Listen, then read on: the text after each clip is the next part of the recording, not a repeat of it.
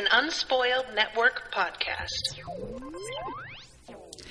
This is Spoil Me, covering One Piece, episodes 179, 180, and 181.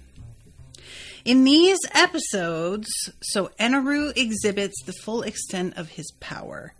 And it's sort of weird because, again, I'm assuming everybody is still alive, but it's just seeming like only the people that want to be alive are still alive? Or is everybody still alive, actually? I don't know what to think of this. Welcome to Spoil Me.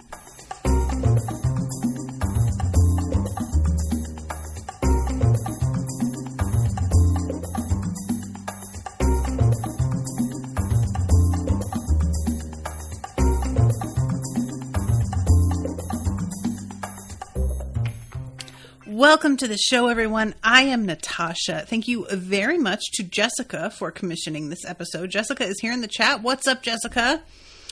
Thank you very much. So these episodes are focused entirely on dealing with Eneru as a baddie, what his goals are, what it is that he has been planning to do, going back a little bit and watching what happened with Gonfall, and overall his determination that if he goes to, he's describing a place called Endless Vearth, where land is going in every direction as far as the eye can see. Which honestly, that's not really too tall an order. I would have thought if you were in Skypiea on the upper yard, if you looked around, it probably goes as far as the eye can see, but I guess he's pretty high in the air a lot of the time, so maybe just from his point of view it's a slightly different story. That said, basically what it sounds like he wants to do is just go to Blue Sea World and colonize some continent there. And while I don't encourage, this sort of what I have no doubt would wind up being a kind of dictatorship, I also have to say that from what we have seen of Blue Sea World, Eneru isn't even the worst one that we have seen, in my opinion. So considering that there's a small group of people that seem to be controlling everything down there, low key, why don't we just kind of let him do his thing and then see what happens? just for instance, just curious, just wondering how much he'd be able to get away with things and whether or not there would actually be anybody who could go up against him, because there's some folks with some pretty serious powers down there. And I'm just not, the only problem with Eneru is the way that he just exploited people and killed them when he didn't have any further use for them in order to pursue this goal. Granted, that is not taking into account his ultimate plan to destroy Skypiea and everyone on it because it's unnatural. I'm talking about just so far, right? That exploiting and whatnot, unfortunately, is it feels almost short-sighted for me. If you have godlike powers and you're planning on taking a ship to another land that you think is more worthy of your glory, and you want to set up shop there and then destroy the place that you originally came from, I don't really see why you wouldn't want to bring a huge group of of servants with you from where you came from. I'm surprised by the fact that he seems to just want to leave everyone behind except for, everybody that he invites, I guess, when it comes down to it. All of them are from the Blue Sea originally. So maybe that's part of the thing here, because we've got Zoro and Robin. We've got, we have Nami, although she's not originally included in the thing, but that's a whole other story. We've got Viper, who, like, he's Shandoran, but he is technically from Blue Sea World as well. And there was one other person, I feel like, who was involved in this. I don't recall. Damn it. Because I know there were 5, because then Nami made 6. But, so is it the whole thing, like, that he just doesn't want to perpetuate the population of Skypiea? Like, you know, essentially all of the people that are from this unnatural land are also themselves, like, quite unnatural, so they shouldn't get to go. Oh, it's Gonfall. Gonfall is the other one, but Gonfall isn't from Blue Sea. So, I guess that puts a hole in that theory. I don't know why he would kill all those guys. Like, just take them with you and use them the way that you've been using them up here. I don't know. Maybe he just imagines that he'll be so powerful that he won't need any servants. But it just seems like the whole thing with being powerful is just having servants. Like, that's what a lot of people want, is not just to have power to have it, but to be able to exercise it over others. Like, that's some of the fun, right? I don't know. Maybe I'm wrong about this, but overall, his whole deal about just wanting to, like, leave this place, I say let him. And then we can deal with his plan to try and destroy the place as its own separate thing. And I mean, that's essentially what it seems like Nami has decided is, okay, I'm just going to, like, go along with this for the time being and tell him, like, yeah, no, I definitely, like, want to go with you, and I'll do whatever you say, when in fact she's got her own whole agenda that she's working on. But just, like, seeing all of her friends go down, I don't think that she thinks they're all dead. There's a reaction that she has at first, especially with Robin, like the scream that the voice actress lets out when she sees that Robin is being electrocuted is very sincere. And it feels like that's the moment of most panic that I've seen from Nami that I can recall quickly. But when she looks around before she leaves, she has this thought about, like, well, I will have to find a way to help them. So she doesn't seem to think that they're dead. And I think that surprised me in the moment, because so much of the time I'm just taking it for granted that characters aren't dead on the show. But it seems like the other characters often do assume that their friends are dead. And for her to apparently be, like, walking away with the understanding that they are savable at all did kind of surprise me a little bit. Seraphim says, yeah, the issue isn't to go somewhere else and be someone else's problem. It's to burn this whole place down on his way out. Mostly he wants to do that because he's an asshole with a god complex. Yeah. And so this is, like, he's saying, so the burning the place down is supposed to happen on his way out? Is that, because I was imagining it as, like, I'm going to go and establish this thing and then come back and destroy you. But maybe he, like, articulated specifically that wasn't the order that it was going to happen in. He's only taking whoever is worthy, so just the people to survive this battle royale. Oh, okay, right. It's about the battle. It's not about, like, where they're originally from. I always just saw it as that he is completely insane and thinks he's actually a god. Yeah, he definitely thinks he's actually a god. And they talk about a devil fruit that he ate. And it's the same name. Like, what Chopper has are rumble balls, and he has the rumble fruit. Is that correct? So he is invincible? It's like, is the rumble fruit what gives him the power of electricity?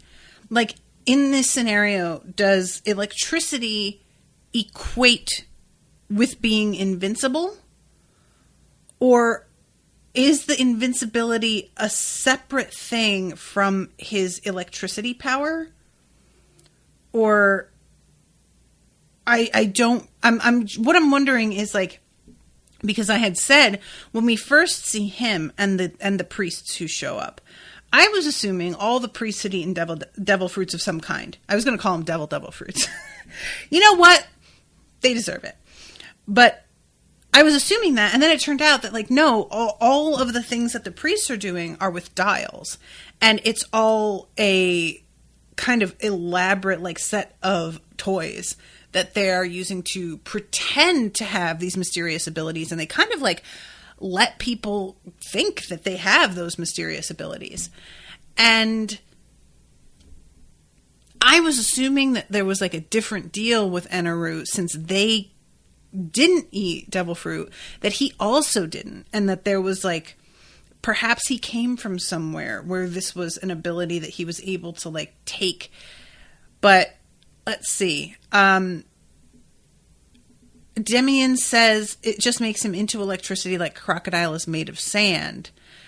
Gus says it's the Goro Goro no Mi, which is an onomatopoeia for the sound of thunder in Japanese. Oh, okay. Chopper's rumble balls are said in English as just rumble. Okay, so it's rumble like thunder rumble, whereas Chopper's rumble balls are like rumble like I'm about to get in a fight. I'm about to rumble, so I need some backup kind of thing. So it's just like two different words that sort of translate similarly into English, but they don't actually mean the same things. Jessica says it's the fruit that gives him the lightning power. It's just the thunder fruit in my translation. Oh, the thunder fruit. Okay. Yeah, I like that. Okay, cool. So essentially it's supposed to be that, like, it gives him the lightning power, and the fact that he's essentially made of lightning is what makes him invincible. Like, it's just sort of, how do you kill lightning? What do you even do with it? Which, I guess, like, I keep saying that maybe it could be Luffy because Luffy is Rubber Man now. And all I can think is, like, how do you actually, like, it's one thing to be resistant to this man's power, which I have no doubt Luffy will be, right? It's another thing, though, to, like, contain him and take him out somehow. If he is lightning, I don't really know how you can, in any sort of, like, long-term sense, take him out. Like, we see a really good attempt here that actually, like, impressed me a little bit by Viper. And it doesn't matter. This man just restarts his own heart, which, guys, I gotta say, that was some very effective shit. This dude is laying here, jumping ahead a little bit, forgive me, but I'll do what I want. And all of a sudden, there's this, like, and he's, like, basically, it's using paddles on yourself, right? Like, the electricity to restart a heart. And I felt like there's a sort of silence surrounding this sound, and you don't understand as a viewer for a moment what's going on until Nami is like, oh my god, he's restarting his heart. And I was like, that is so scary, to basically have constant access to something that could resuscitate you in this sort of way. Like, if you knocked this dude out, and he is, it's right between the points where he goes down and he begins to restart his own heart, and you tried to sort of, like, chop him up in that time where he is down for the count and not quite, like, aware yet, would that kill him? Like, I'm not even certain if you can chop him into pieces. We saw him take a couple of bullets, and they just basically, like, go through him. And then it just does, it knits itself back together. It's not like, there's no lasting damage from it. So, can you dismember the man? Does he just grow parts back? Does the part that you cut off turn into electricity and just zip back to him and, like, reform as his head or something? I'm just really, really curious what even you can do to a guy like this. You know? Like, my instinct is to want to throw water on him. because it will sort of disperse the energy. But it will also make it so that if there's any like trail of water, that he can sort of follow that and like zap people. So that's no good. All of it has to be about really grounding him out. And I wonder about like if he got to endless Vearth, which is just Earth. Earth grounds out electricity. Would that actually have an effect on him? Is he only as powerful as he is when he's up here in the clouds, and then he goes down there and it's not actually like that great for him? There's a lot. I have a lot of questions about this. Demian says, I love that scene. It's the first scene of One Piece I ever saw just randomly on TV while zapping through. Him restarting his own heart is so scary and badass. I just had to watch One Piece. That is a really good scene. It's one of those things where I'm like, that's a really good scene to start with because it is like so intense. But then there's a part of me that's like, I don't know. I've watched a lot of episodes and this is probably in my top 3 moments, and it feels hard to like start off watching the show at such a high point. Seraphim says, quite likely it would if he's unconscious enough to not turn his body into lightning as you are chopping. Okay. So he turns it into lightning. Okay. That makes sense. Because I've been thinking this whole time that he just looks like a dude. But he is lightning all the time. But if he is like actually having to consciously turn it into lightning, that's definitely a weak point in the whole thing. Okay. I like that. Thank you, Seraphim. Okay, the episode, the, section that we are starting with, because again, I went way ahead of us. It all starts with the aftermath to the huge bolt that came down and, takes down Conus's father. And Conus is reacting very much as if, Pagaya, I think I've been saying his name Pagaya, and that's not the correct intonation, but she is sort of assuming for sure that her dad is dead. And look, I would too. That was a big ass bolt that came down. I am not mad at her for making that assumption, but I also don't know how much we're going to how much power we're really going to give Eneru, because that's what it always comes down to, is that we'll see a villain who has this power that seems like incredibly threatening, but there are very rarely any lasting consequences really from his using it, which sort of undermines the actual threat itself. And so that bolt felt very much like Eneru was just trying to kill those guys. Maybe he wasn't. Maybe he was just like, I just want you to stop talking, and blowing up my spot to the one guy. And so he just sends it down, and it wasn't intended to kill, but it felt like it was. So if Pagaya turns out to be alive after Eneru was definitely attempting to actually kill him, it's just going to be another person who has seemed to make it through something that looks really traumatic and it should cause a corpse to be here instead. But it never really does, as I said in the intro, unless it's somebody that we are willing to accept as dead. Like a bunch of the dudes who were out here with Viper, right? A bunch of the Shandorans. We are just going with, okay, they're definitely dead. They're dead, and he killed them with his, his one huge stroke of lightning that was really intense. But when he used that stroke of lightning, he was standing a foot away from Kamakiri, right? It was Kamakiri that was directed against. Correct me if I'm wrong. And Kamakiri is still alive enough when Laki comes by to talk to her. And all of these other dudes are just instantly killed. So this dude who's in the center of the he's at ground zero.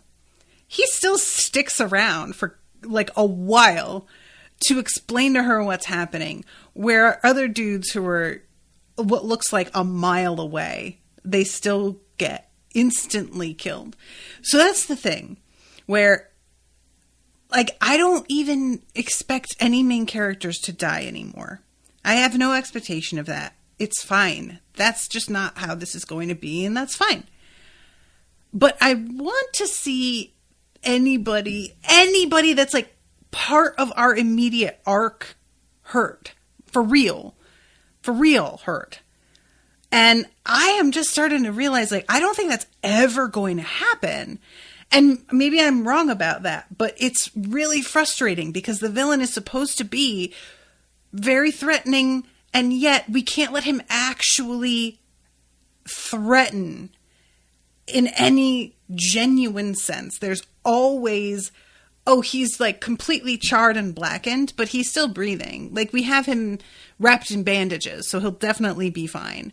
Oh, this person looks like they're unconscious and has been carried around throughout all of this, like an inanimate doll, but they are still going to eventually be fine. So it's hard for me to like take this guy seriously. If any of these people were meant to be killed and weren't, he's not really that much of a badass, you know? At least like with Crocodile, we do see like the, he doesn't actually seem to successfully take anybody out either. I'll say that. But we get to see sort of up close and personal the way that he kills a few people, like using his power and how it could work. But again, that's sort of undermined with like that Mr. 3 is drained of ability and then swallowed by, or not of ability, of like moisture, and then swallowed by an banana gator, and then he like shows up and he's still fine. So I don't know. I'm trying to think of an instance where it felt like somebody was truly, I think really Arlong, because of him killing Nami's mom-ish aunt. That was a real death that we saw him. And that was somebody that while we hadn't actually met them and they weren't like a present part of the storyline, it felt like a real loss. So I think he is the bad guy that I most recently sensed genuine danger from. Crocodile is extremely competent. And so that danger, especially like he really gets Luffy in a couple of fights, but he never actually, you know, I guess he comes close enough and it's sort of luck that Luffy gets through them. So they got close. They got close on managing this with Crocodile. I'll say that. But anyway, it's the whole thing with how to create stakes and still maintain the expectation for something like this, that we're always going to have our beloved crew around. That is a really hard thing to balance, and I want Oda to be willing to sacrifice anybody who is part of the extended story. So if Pagaya is actually dead, straight up, I will be very pleased. No offense, he was a doll, but it's just the least sacrifice that could be made for this guy to actually be a genuine threat. It's just really difficult now because we have seen people who look dead, their bodies like abandoned, and they still wind up fine. So when am I going to ever believe somebody is actually dead? I keep being shown what apparently is death, and then it's undone. So I can't even really trust it if he does tell me somebody's dead. Unless I there's a funeral and I see the person buried or cremated. Otherwise, I guess I'm just always going to be like, yeah, they'll probably come back though. Demian says, oh, sorry, I'm jumping ahead to Demian. I will get to you, Demian. I promise. Logia is the name for the turn into some element power. Oh, right. I forgot that he uses that word.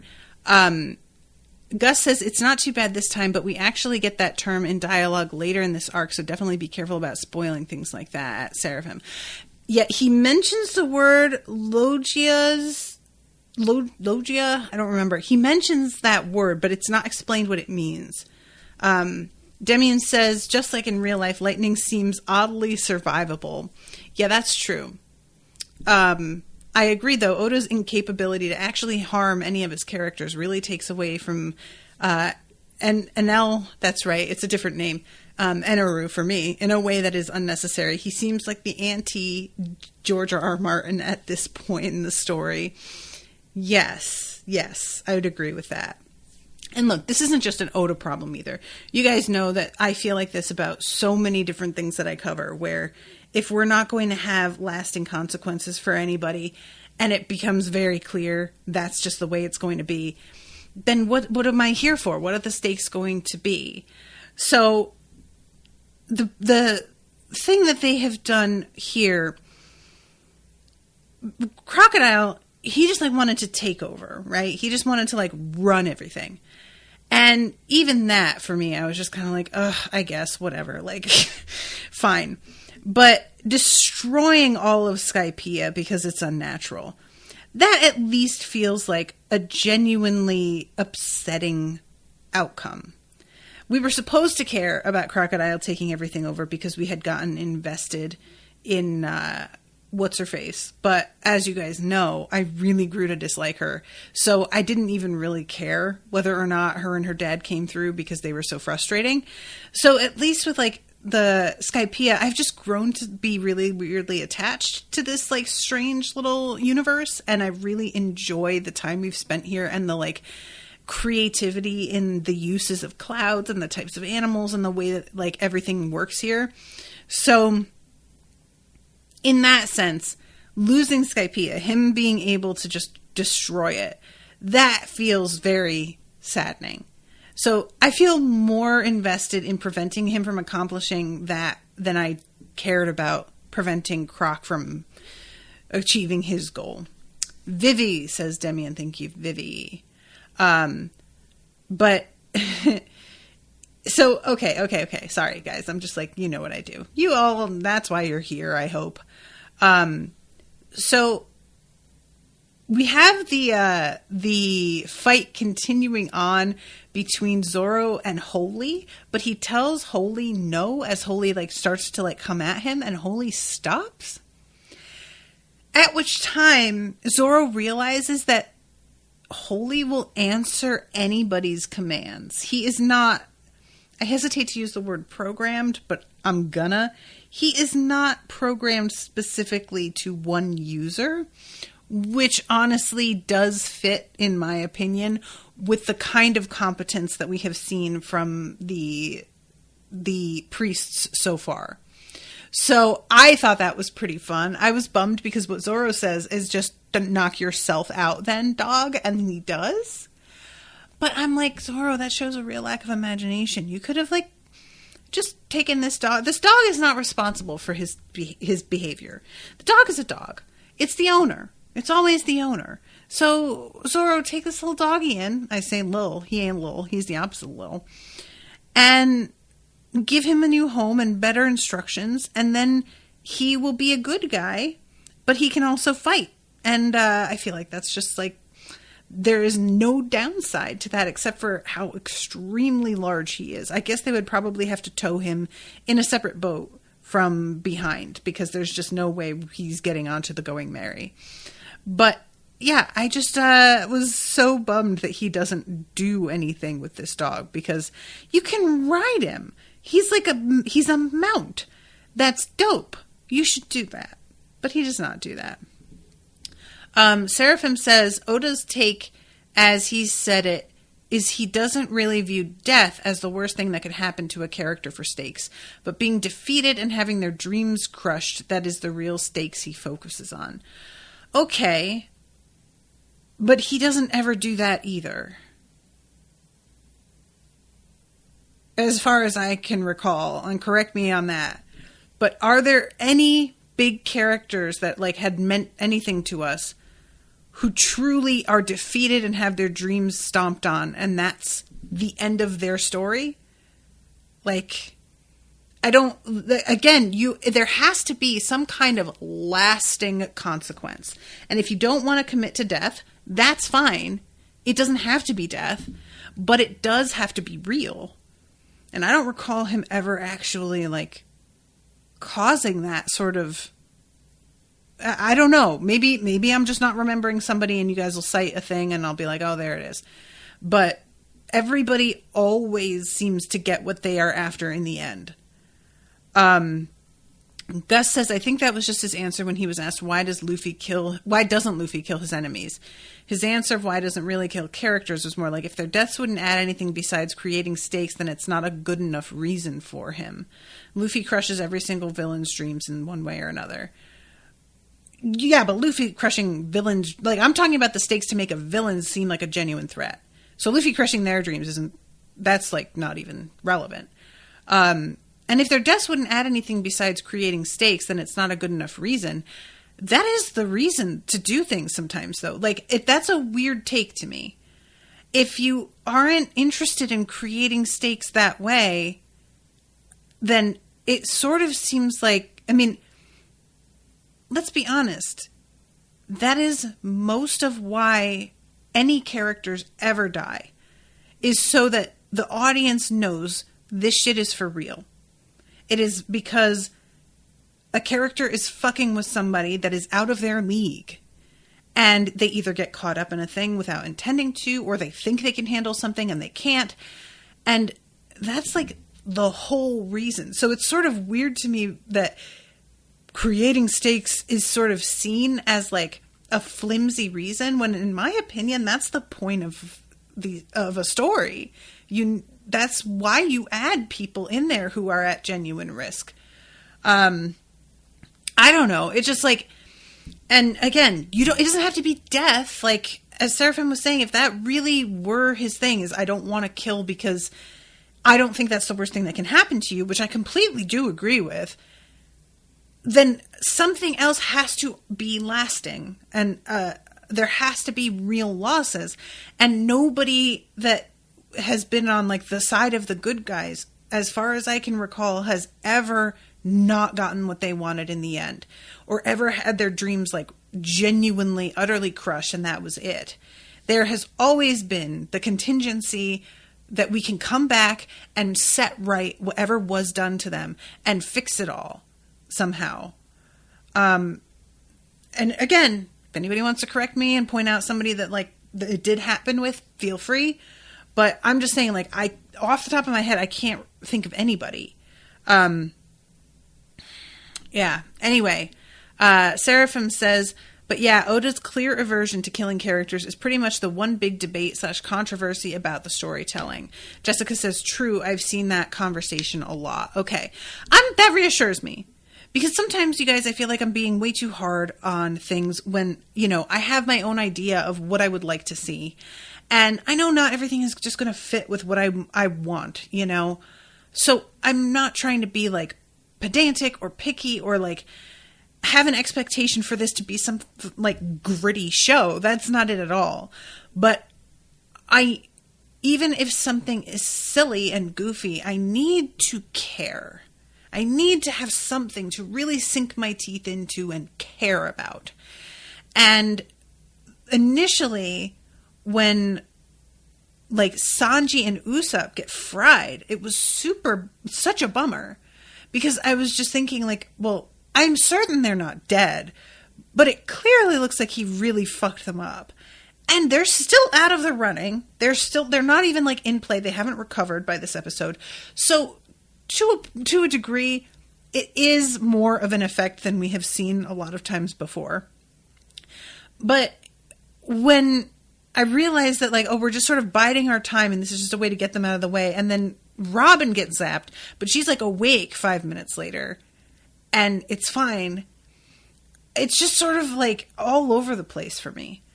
So it is sort of reassuring to me to know that there are other people out there who sort of bring up this problem, and that it's not just me being a spoil sport or a pain in the ass, because I just want to really have something to invest me. And sometimes I have it and sometimes I don't. And it's really unpredictable with this show when I'm going to get it and when I'm not. We had the dude with the at the snowy island, and he like, what a weird villain he was. He like came in and out and like seemed to be really tough, but then sort of wound up being nothing. And even people who are like on our side, like the doctor who taught Chopper and raised him, I'm just like, this dude is like really mean to him. So there are times where I'm like, I'm supposed to be on this person's side, and I'm like actively not, because he's kind of fucked up.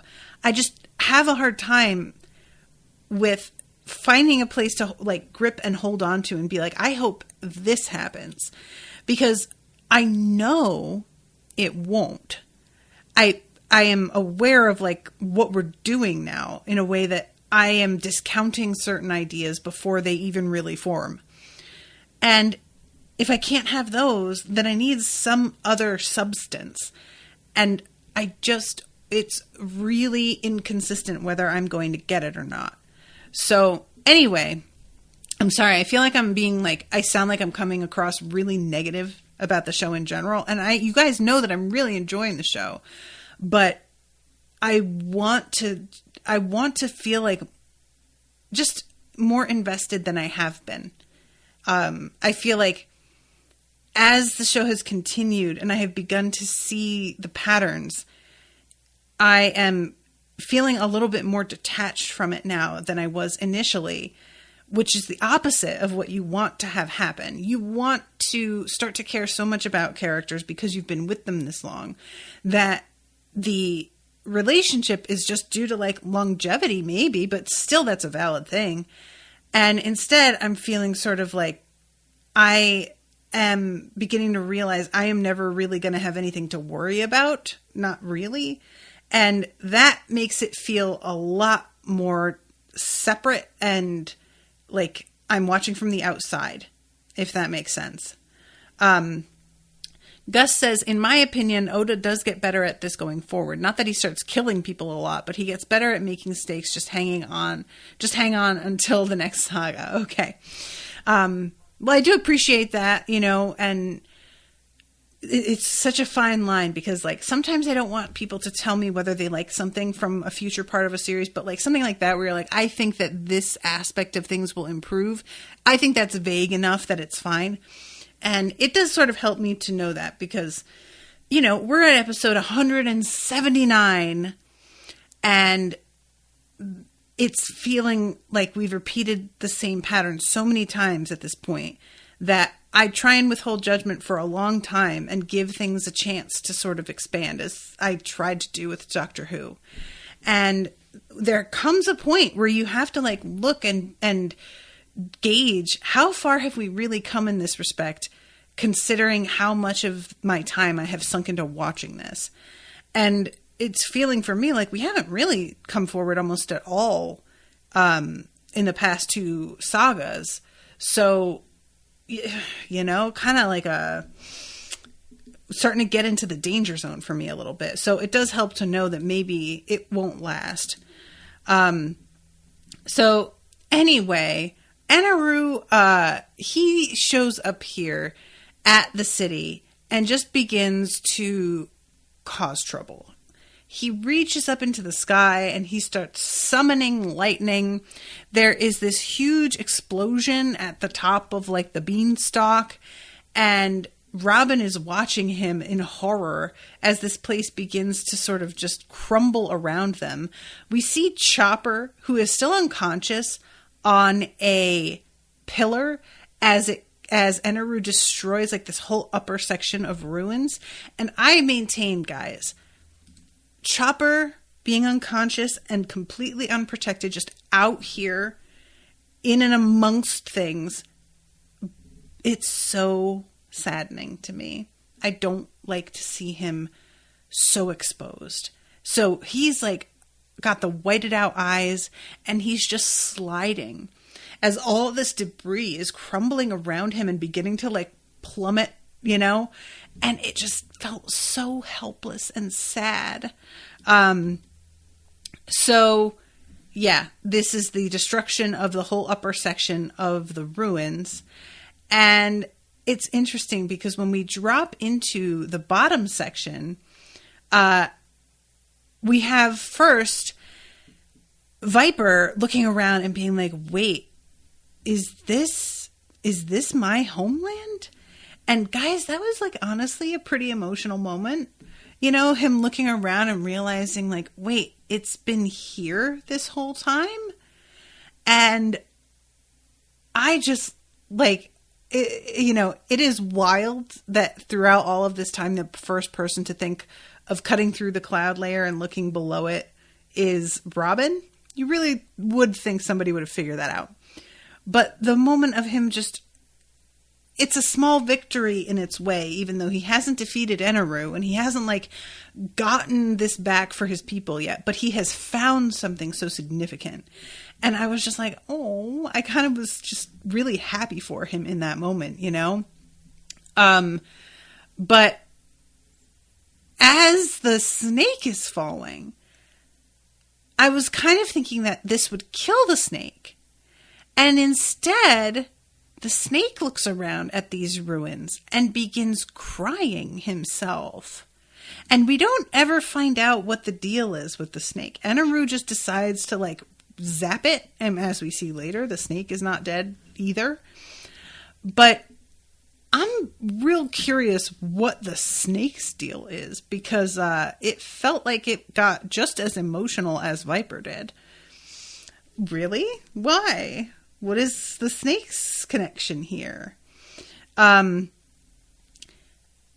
Meanwhile, because the snake is like falling, everybody is falling forward out of his mouth, except, of course, because he can't help but be fucking contrary, except for Luffy and Asa.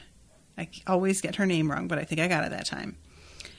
And because Nami has said, hold on to the waiver, I'm going to fire up the engine. And he's yanking onto it. And she says, here we go. She starts it up. And he says, yeah, I can finally get out. But then it looks like when she takes off, they just get blown off the back. So Isa says something like that this is his fault that they're still there later. But it doesn't seem like that to me. It just seems like Nami underestimated the strength of like the motor from the dial, or just misunderstood the physics of how this was going to work. I just felt like Isa was being pretty hard on him. Isa is like hard on people, I've noticed. She just is like very willing to yell at folks and just accuse them of things and being responsible for stuff that I'm kind of like, girl, maybe just chill a tiny bit, because he is also still trapped here, you know? But yeah, so they like Nami and Gonfall wind up falling out, but Pierre turns around and goes back in, because Pierre is the fucking MVP of this entire saga. In my opinion, Pierre is the linchpin. He is the one holding everything together. I vote for Pierre for president. And I'm just going to say that.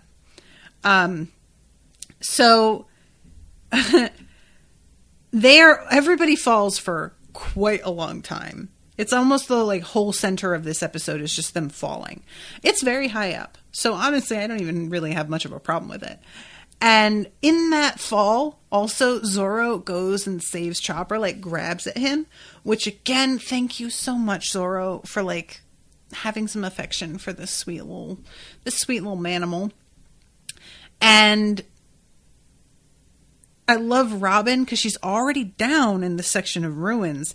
Everybody lands and she is just like, what is going on? And Zoro like shoves a chunk of stone out of his way and is just like, I almost died. Oh, it's you. So this is when we go back inside. We have, Gus says Luffy was holding on to the engine, so yeah, it's kind of his fault for being dumb. I don't know. Isa didn't say that. Did she? So, like, if Isa knew there's a better place to hold on, then maybe she should have spoken up. I'm just saying. Seraphim says, Pierre would have my vote for the new god of Skypiea if they get rid of Eneru. Oh my god, that would be really... He could be a very good, like, mascot animal as well. Like, what a weird-looking guy. If you put him on the coins, everybody's going to know the coin because only one place has a fucking Pierre. And I'm completely 100% okay with that. So, yeah, this is the point where the snake is looking around and crying. And I think, like, I'm not certain because it's sort of, it's disjointed the way that we see this. But we see Luffy and Isa in the snake's eyeball at one point. And is it supposed to be that they made the snake cry because they were in its eye? Because it seems like, to me, we don't see them in his eye. He's just looking around at the ruins when he starts crying. So it's sort of like a weird, I don't know. It just was unclear with the timing, if I was like misinterpreting something or if I had missed something entirely. But yeah, so,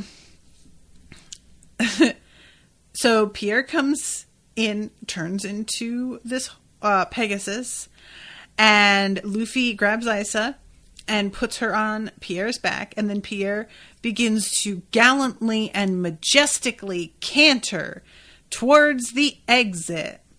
Isa holding on to Luffy, and all of this, again, you guys, majestic. That's the only word for it. Then we cut from that extremely majestic moment. I am going to screen share with you guys real quick. We go from this majestic moment, and I was just very much like, all right, we're out of here. And then it's just Nami's ass. And look, it's not drawn in a real voluptuous way, but it is like in the camera for like a minute. Why? Why are we like this? Oh my god, the slow pans, it only like seems to really and maybe it's just that I notice it more. Maybe I'm not being fair.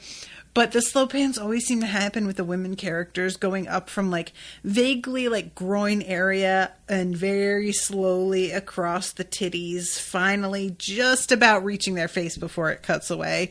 And I'm just like, you guys need to chill. So yeah, this is the moment of the crying and everybody having these like emotions. And then Eneru zaps the snake.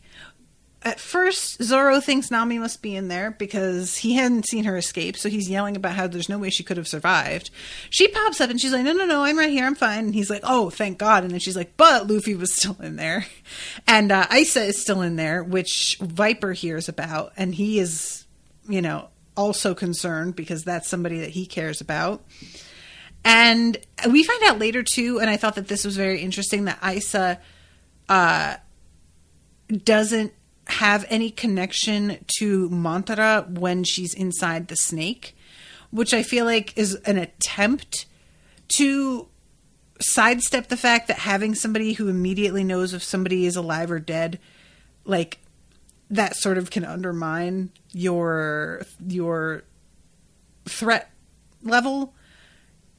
Maybe that was the purpose, is like, we'll put her in here so that when everybody that we like gets zapped, there isn't anybody to immediately be like, oh no, but they're still alive, they're fine. Which would make sense. But that means that part of me questions the part of the decision to have somebody with this ability in the story at all. Because I feel like it's sort of going to just make things worse in that respect. And this is when Eneru, who is like hovering on a perfect sphere of cloud, says, well, I guess that there would be 5 survivors. And Nami is like, oh good, he said 5, so that means that he doesn't know I'm here.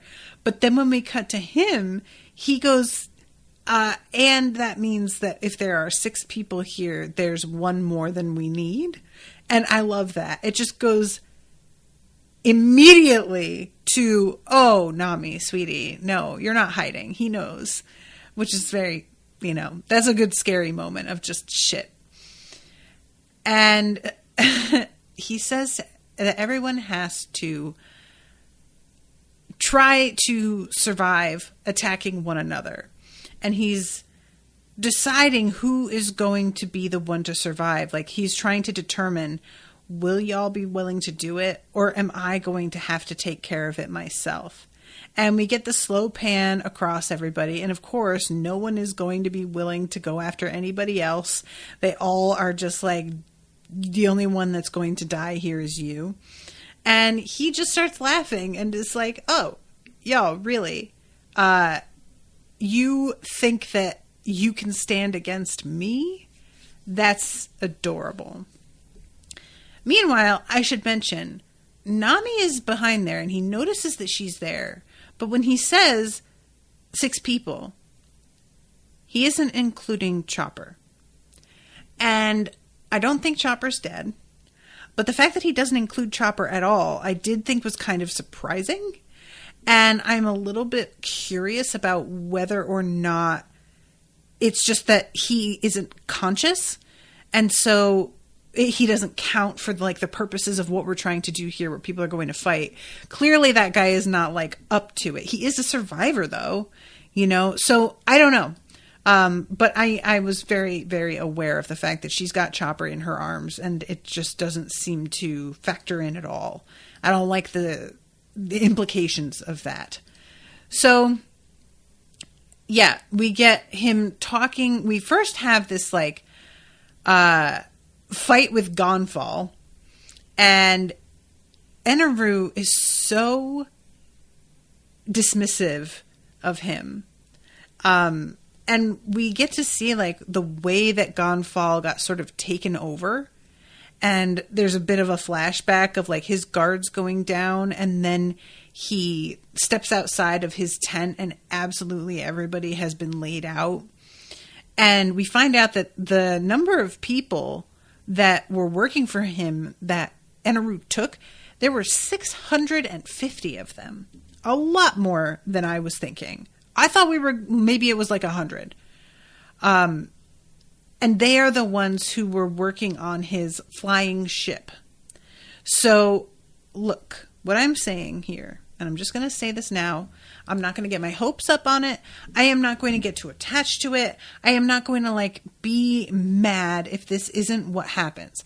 But I will tell you guys what it is that I want.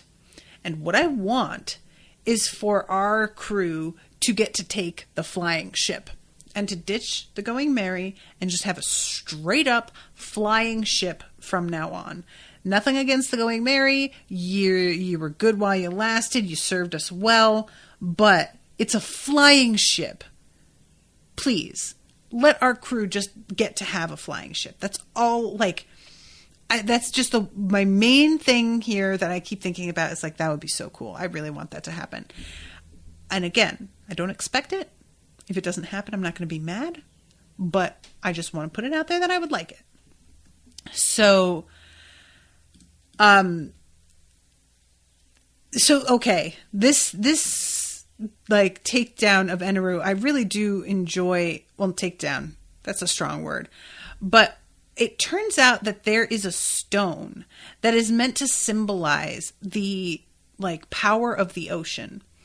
And because people who have eaten a devil fruit can't swim, if you use anything that has the same like properties to it, it won't your abilities from the devil fruit will sort of become dampened by contact with it. The stone is vipers, and I think, if I'm not mistaken, the bars to the prison that Crocodile put like Luffy and Smoker in were made of the same stuff, unless it is just sort of like a different material, but it's made with the same principle. But it was supposed to like basically rob you of your powers, right? And so he can't turn into smoke when he's in there. So Viper, he presses this stone to Eneru and it does weaken him. It's genuinely a moment of like, oh, maybe this will work. But what it is that Viper is going to have to do is use one of the reject dials, which it's super dangerous to use, and risk his own health, like, you know, potentially kill himself by using it. And essentially bet everything on the fact that this is going to work. So there's a moment where Eneru says, you shouldn't do this. It's a reject dial, right? You shouldn't do it. And I really enjoy, there is a sense from Eneru of straight up bafflement as to the fact that nobody wants to come with him. He's genuinely like, this is a really big deal, guys. Like, I'm giving you a huge gift right now, and I don't understand why everybody's acting like I'm being a dick. Like, you guys made it. You are being given a huge opportunity here. What's the problem? And I found that very funny, because he truly does seem to just be like, what's your deal? And because he's like that, later on when Nami is like, yeah, no, I'll go with you. I totally want to go with you. It doesn't really take anything to convince him that she's serious, because for him, it's way weirder that nobody wants to go than it is that she would want to go with him. And there is something about that I feel like almost makes him feel more like a god to me, where the motivations of us regular mortals and our feeling a little bit miffed at somebody who killed a bunch of our friends truly do not make sense to this guy. He's just like, that just feels very petty in the face of this huge thing that I'm telling you about, this cool land where I'm going to rule. So yeah, this reject dial does indeed do a fucking number on Viper's arm, and he goes down, but he's like, only temporarily. We see him standing up against Eneru later on in the episode, and Nami is just like, what is this guy's deal? He should be dead. And even Eneru is like, guy, what are you doing? You could just stay down. You know you're going to die anyway. Why are you doing this to yourself? Just make it easy on all of us. And stay down when I put you down. And there is a part of me that really feels like I would probably take that route. It's unclear in my head how that would go. But, you know, the idea of just, well, if I'm like pretty much guaranteed that I'm going to die, I think I probably would just want to make it simple. And yet there is the dignity of fighting back no matter what, and knowing that you haven't like simply given in. I want to believe that I would do that just out of the principle of it, because I wouldn't be able to sleep at night if I didn't. But I don't know.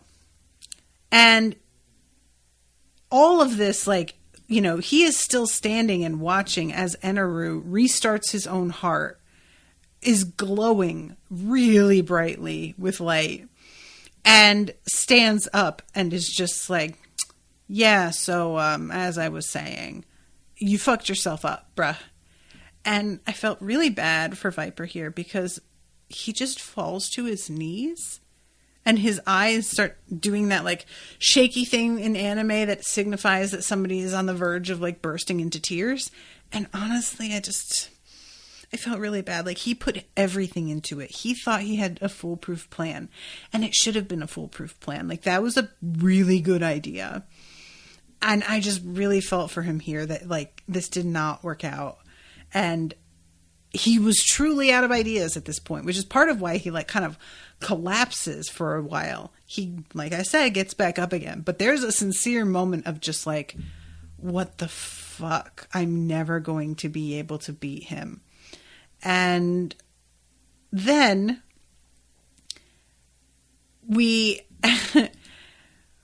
Eneru is, like, zapping everybody. He zaps Zoro. He zaps Robin. Viper gets downed.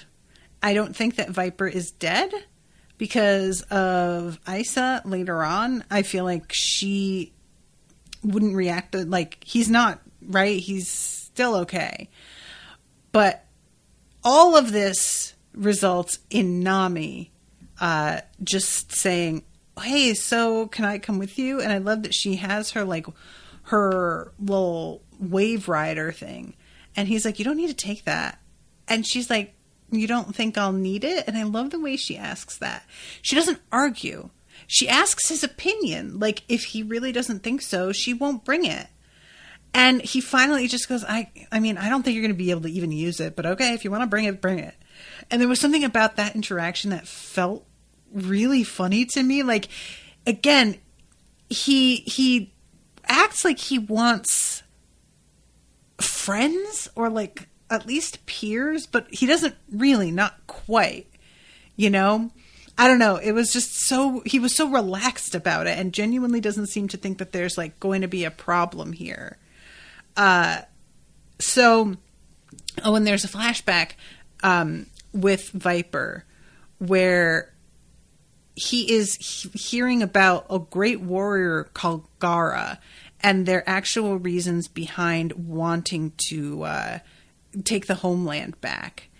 And we don't get to see the rest of the scene. It's like he's in the midst of this sort of memory, and then we fade out and we go back to Nami, like joining up with Eneru and taking off. And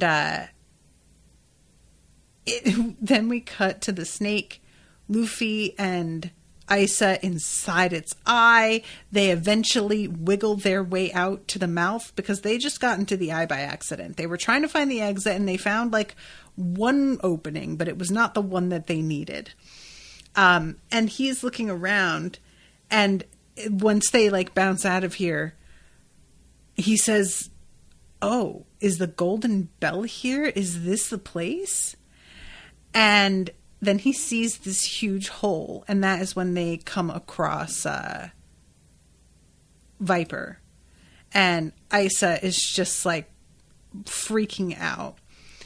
That bazooka guy, and I love that he calls him that. That is the right way to refer to him, honestly. That bazooka guy. Isa is patting on him, and like there's a real attitude from her, like she thinks that he's dead. But I don't know. I just don't think that this guy is going to die. And then Luffy goes over and is talking to Robin. And Robin explains that Nami is still okay. And she went with him. And she says the way things stand, Skypiea is going to disappear. He wants to destroy the whole thing. Every bit of it. And of course, Isa at this point is just like, man, I have been sitting here listening to one voice after another just vanish. But now I have to like experience this on a grand scale, perhaps even be one of the ones extinguished. Isa really just has been put through it in a way that I don't find fair at all. I don't like this mantra when this is what she has to deal with. And it turns out that he is pretty certain, like, and he being Eneru, where the Golden Bell is and is after it. Now, I am not certain what the point is. Is it just that he wants the gold? Because it feels like he only needed the gold to make the ship. The ship is made. What more is he looking for in that regard? I don't know. Maybe there's like a significance to that bell that I don't remember. But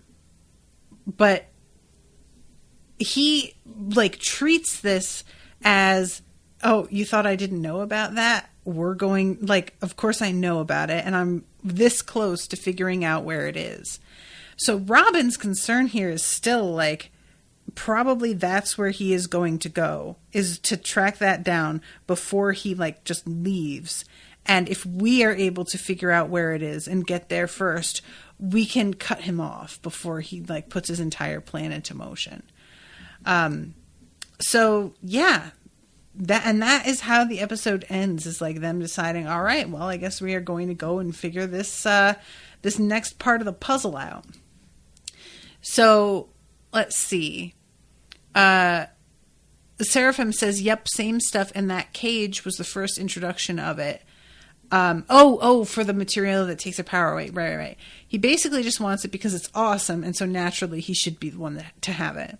All right, I guess that's as good a reason as any. All right, I'm over time here, so I really do have to wrap up. But thank you guys very much for hanging out with me and talking with me about stuff and bearing with me while I deal with some issues that I have with it. And thank you again, Jessica, for commissioning this one. Appreciate you a lot. And until next time, toodaloo, motherfuckers.